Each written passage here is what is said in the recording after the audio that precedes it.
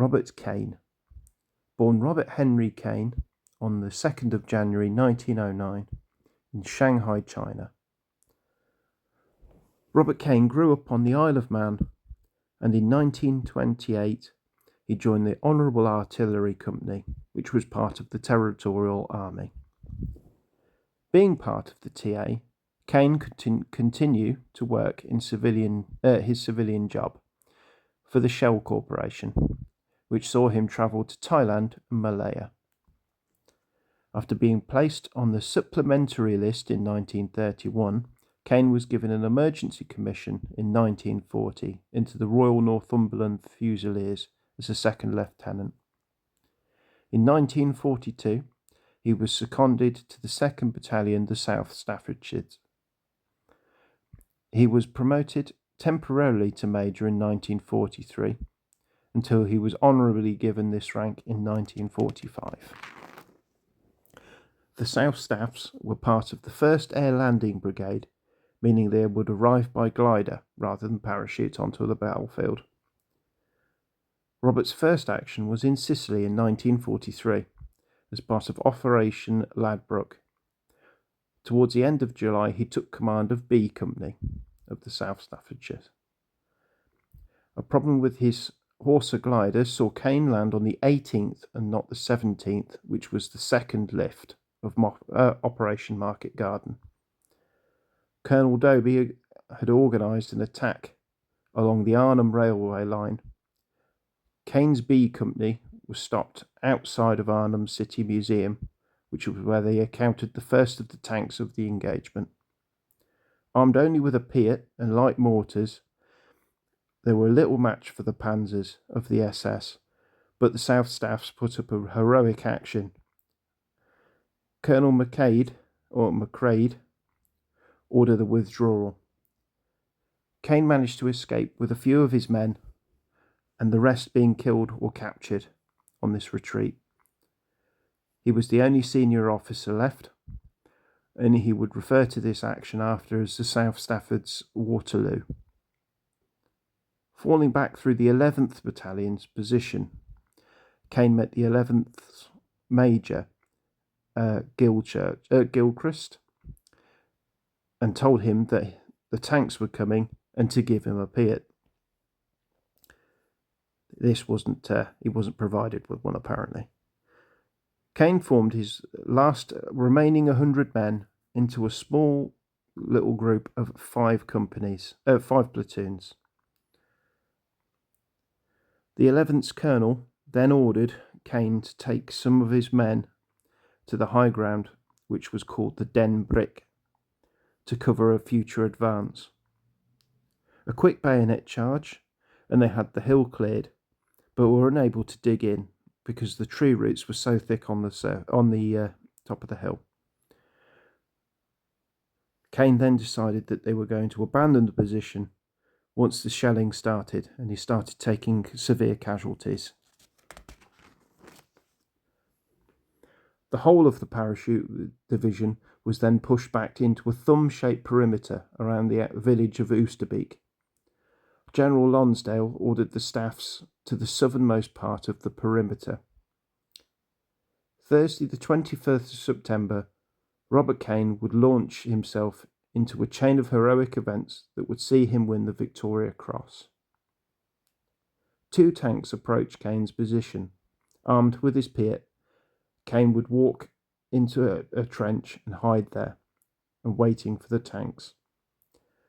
The tanks, however, fired on his position, killing his spotter. The first of the tanks, which was apparently a Stug 3, got within the Piat's range. That's when he fired. He fired until he knocked out the tank. While engaging the second tank, one of his Piat rounds clipped a wall, which he'd just started hiding behind, wounding him very badly in the face, arms, and in his right leg.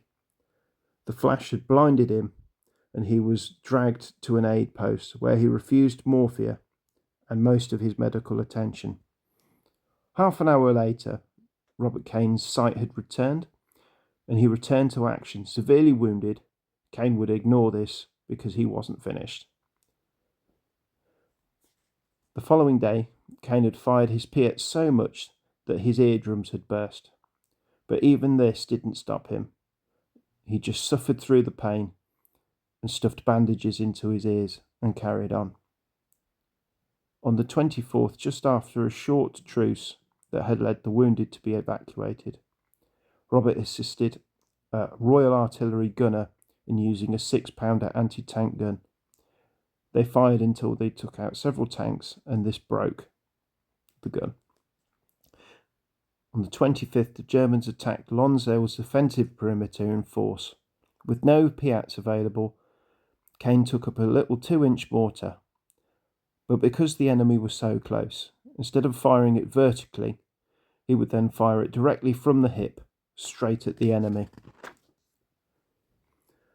During that night, the division would withdraw over the river, thus ending the Battle of Arnhem. By the time Robert Cain crossed the river, he was responsible for disabling or destroying 6 enemy tanks. Before crossing the river, Cain washed and shaved his face, which I imagine was quite painful as it was full of shrapnel. Another officer claimed that at least one officer shaved, which Robert Cain replied, "I was brought up well, sir." Cain was the last of the South Staffs to cross the river. On the 8th of May 1945, the war against Germany was all but over, but there were still units up in Norway. Cain with the 1st Land Landing Brigade landed in Oslo on the 11th of May.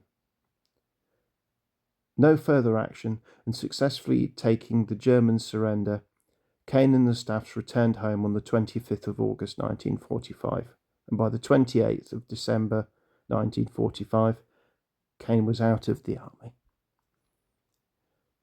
Cain returned to the Shell Corporation, living in East Asia and West Africa. In 1951, he was elected to Nigeria's House of Representatives whilst he worked there. In 1965, he retired and moved back to the Isle of Man. And on the 2nd of May 1974, Robert Cain died of cancer in Sussex. He is now at rest on the Isle of Man. Now, I found out about Robert Cain from watching a Jeremy Clarkson documentary about him. And once I started painting bolt action, I did the Soviets first because I loved the T-34 tank. But I always knew that I would have a second army, and it would be the British Airborne, and I would have to find a way of representing Robert Cain, which I'd like to think I have now. The whole of the hobby vlog series and my research has been because of my admiration for Robert Cain and all the men of the Parachute Division. Please make a trip to go and see the Staffordshire Museum. It's a great little museum with lots of little bits for Robert Cain and the boys of the South Staffs, with a really nice walk where it takes you through a trench system, and then they have like a Victoria Cross Park bit. It's really quite nice. And if you can find it, watch the Jeremy Clarkson documentary, because it is very interesting and probably goes into more depth than I have here today. Thank you for sharing in my interest, and I'll speak to you soon.